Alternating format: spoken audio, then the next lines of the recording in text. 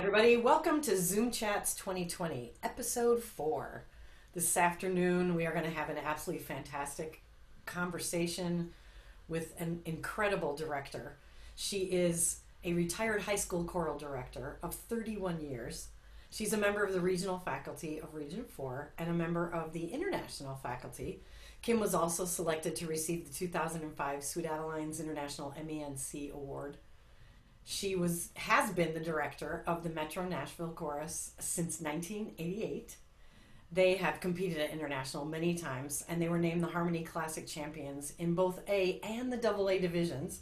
They've won the Harmony Achievement Award 4 times in a row and placed 9th in the International Chorus Contest in 2018. And we know that they are very much looking forward to representing Region 4 in St. Louis in 2021. So welcome, Kim, and thank you so much for joining us today. Well, thank you so much, Renee, and I'm delighted to be here and do this. I think it's a great idea. Great. So tell us how you got into Sweet Adelines.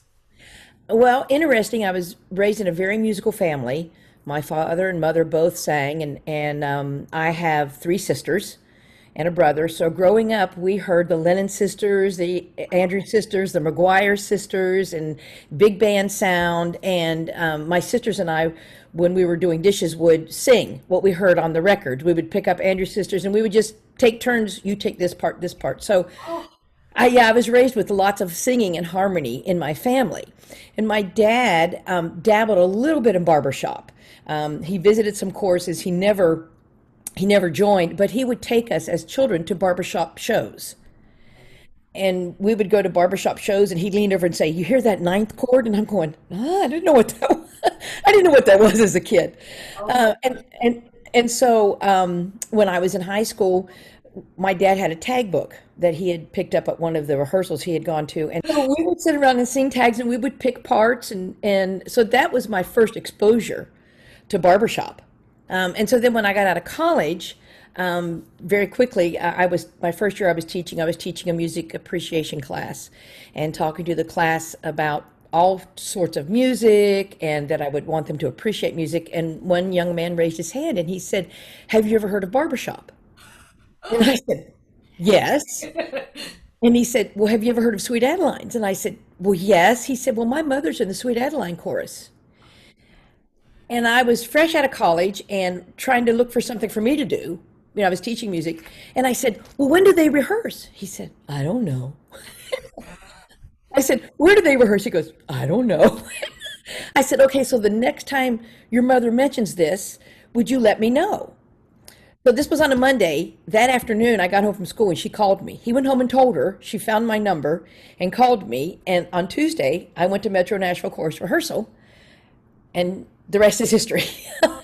So today I know you wanted to talk about 2 specific things that you really have learned to do in the Zoom setting with your chorus. And I know that chorus members will be interested in hearing that, and most especially all of our directors out there trying to fill those agendas for their Zoom rehearsals. So I, like every other director, when all of this happened, I immediately went to my resources on hand, which was my computer. And I had some recordings of the chorus doing vocal exercises that I had recorded years ago. So the biggest thing was vocal exercises. So I started right away, started playing these recordings of this. And then one of my members in the chorus, Natalie Allen, is also a high school choral director. And she sent me an email and said, J.W. Pepper, who is a big music distributor that most of us in the United States are familiar with, they had released some warm-up videos. So I went online and I looked at them and I bought 3 of them. There's 5 of them available, but they're 6 to 7 minutes long each. And I wanted just to play a clip of one for you, just to show you what this gentleman does. All right, if you want to start following the tempo that you see and hear, you could start pulsing on an SH sh sound. Let's start with quarter notes. Ready? And sh.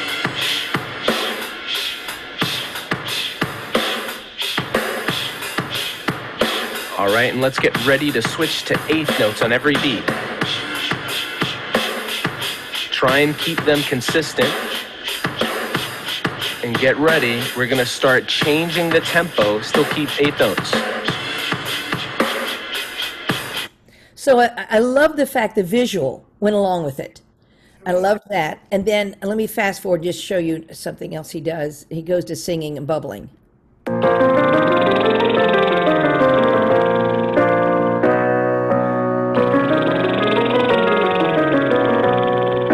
And so he continues with vocal warm-ups. The only thing I don't agree with is where he says, keep your teeth slightly clenched. And so I use that disclaimer, and don't do that.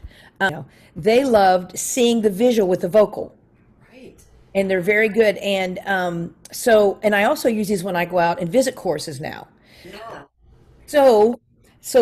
I use those, and I use one a week. And what I do is I use one for 2 weeks in a row, then I use the next one, just to rotate them around. Yeah, but they're very good. So this led me, when I started showing these to my chorus, and they were saying they loved the visual with the vocal, then this led me to think I need to change what I'm doing with my vocal warm-ups.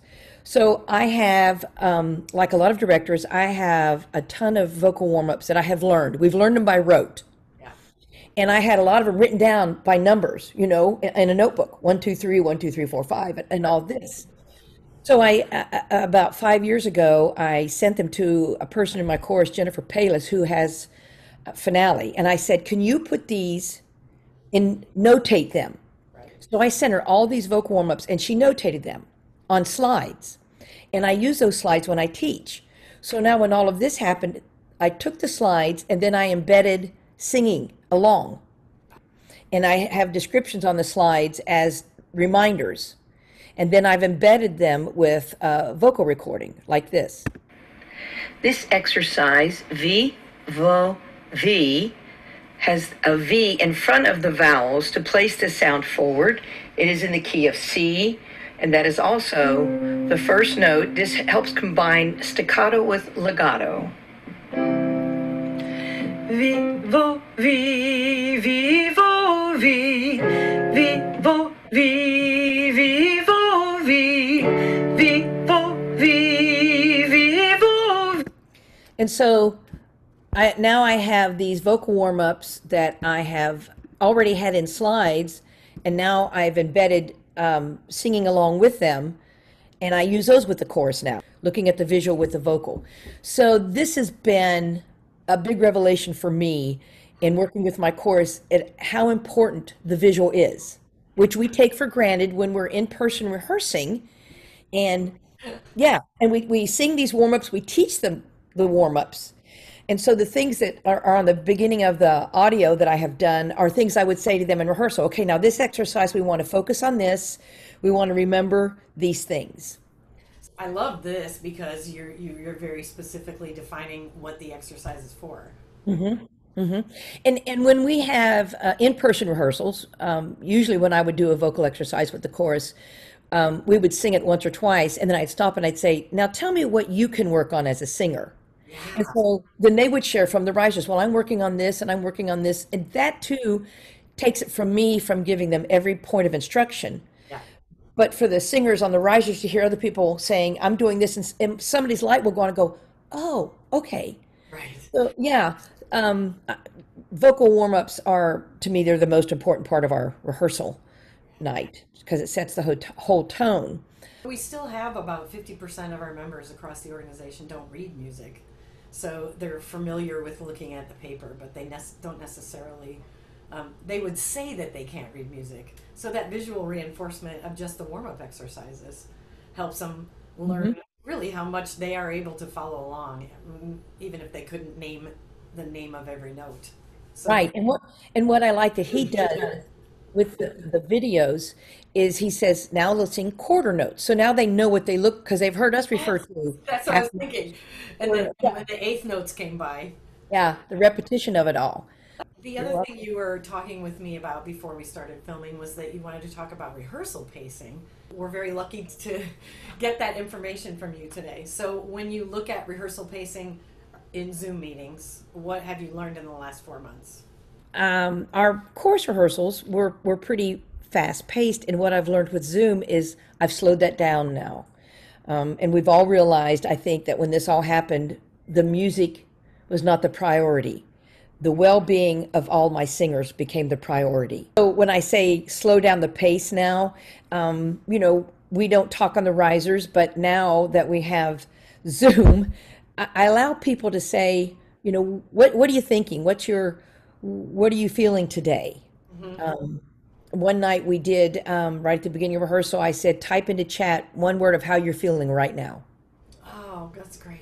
And they all typed that in, and then we talked about it. And I thought, okay, this is more important than getting to the music. And so the rehearsal pacing has been much slower to let singers really share their feelings.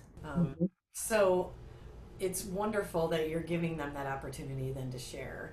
I had Oh, no idea how much my circadian rhythm revolved around Wednesday night, and being there and getting that rush of creating music, hearing music, seeing friends, the whole energy that comes from a rehearsal, mhm. for that to, that we're all missing that. So you're finding that having them share and talk in a different way is helping them feel connected. Yes. Yeah, I think it is. And so we, after we do our vocal exercises and introduce guests and have our why we sing moment, then I say, are there any good news? People want to share things. And again, if I had done that at rehearsal, I'd have moved through it quickly. Right. And now we just kind of, well, that's great. And people will comment, hey, that's wonderful. And, we unmute people, give them a chance to support each other. So that has slowed down a lot for me as a director. And I'm going to share one other thing that I did with my chorus is I had recordings also of the chorus singing, which we are performing, we repertoire, and reviewing that. And I was walking one day and listening to NPR as I do when I walk and exercise, and they were talking about during COVID, they're in the studio now, they're not doing live shows.